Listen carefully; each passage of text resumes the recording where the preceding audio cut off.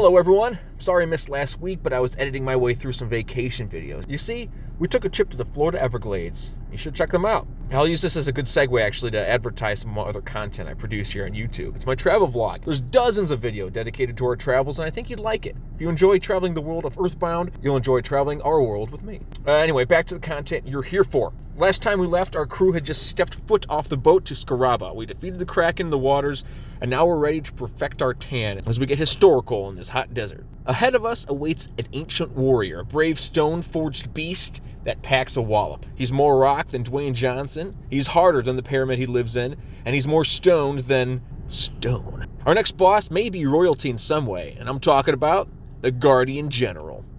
Since we fought your way here, you might as well enjoy the town for a little bit. There are plenty of shops to check out and a hotel that will heal all your wounds. It's also there that you'll find an arms dealer. Make sure you stock up on all your big bottle rockets you can hold. You won't spend all much time here in town really, but it is a great part of the game to take advantage of the rock candy glitch. If you aren't familiar with the glitch, it is when you pair a seasoning with a rock candy item to upgrade your stats limitlessly. I go into great detail on how to complete the glitch in another video. I highly suggest doing it at some point, especially if you want to leg up on the later part of the game. It is essentially like grinding 2.0, and it'll change the way you play the game. You can literally push your HP past 999 substantially. It does take some time investment, but it pays off. Check out the video I've linked to get the full rundown. Trust me, you will not regret it. Now, while you're in the area from the bottom of the town to the top of the pyramid, keep an eye out for a little red bug shimmying around. You met his brother back in the Dusty Dunes desert, and this guy is even more generous with his experience points. Most times you'll get a green swirl and instant win from him since he's running away.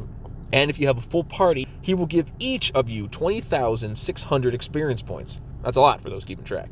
They don't spawn all that much, but a good 10 minutes spent looking will get you a couple of them and will make the whole process worth it. Once you're done dancing around the desert, head to the lower right corner of the map and follow the text guidance in front of the pyramid. Trace a star, starting at the top of the dots, and the pyramid will open. Inside, you will follow a collection of paths that will lead you through the pyramid and all abouts underground. You will find a slew of enemies inside, so let's be ready for those we'll see. There's the Arachnid, who's weak to fire, freeze, paralysis, brain shock. It's an insect enemy, so you could use insecticide spray if you have it. Fierce Shattered Man, who's weak to freezing and paralysis. The Guardian Hieroglyphic, who's weak to fire and sleep. The Lethal Asp Hieroglyphic, which is weak to freeze, paralysis, and sleep. And the Petrified Royal Guard, who looks kind of familiar, and he's weak to fire and paralysis. The enemies inside the pyramid are fairly dangerous. If you encounter too many enemies in one room, back out and come back in for fewer enemies to fight. The Shattered Man and Petrified Guards are the most difficult, so be careful when fighting them. The hieroglyphic enemies on the wall are always there until they are defeated. No matter how often you use the disappearing enemy trick, those ones will always stay on the wall. The map is fairly easy to follow. You'll climb up until you reach the center room, where the puzzle is in the middle, and then you go down until you reach the boss. The only skew off is in the puzzle room, where you can take the left door that climbs up another set of stairs to get a bag of Dragonite. Collect that for an extra offensive bump. Feel free to despawn enemies with the doors, since it's quite a hike back to the beginning of the dungeon and back to any hotel or hospital. After a trek that seems way too long and dangerous, you will find the boss of this episode, the Guardian General. The Guardian General is a boss who commands all the hieroglyphics in the pyramid of Scaraba. He is made entirely of bricks, and as a result, his defensive power is very high. He lacks guts and speed, but his offensive power is good.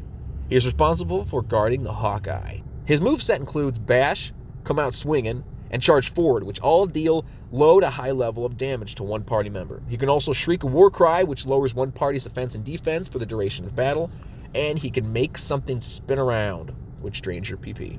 His battle music is the track used for Sanctuary Guardians, the reason possibly being that he guards a crucial item needed in the later part of the game. He uses a physical attack, so shield is effective. The Guardian General has high defense but relatively low HP, so it shouldn't be too difficult. You can use bottle rockets and bombs if you feel like it, however physical attacks aren't very effective here. Have Paul use Freeze PSI to do a good amount of damage.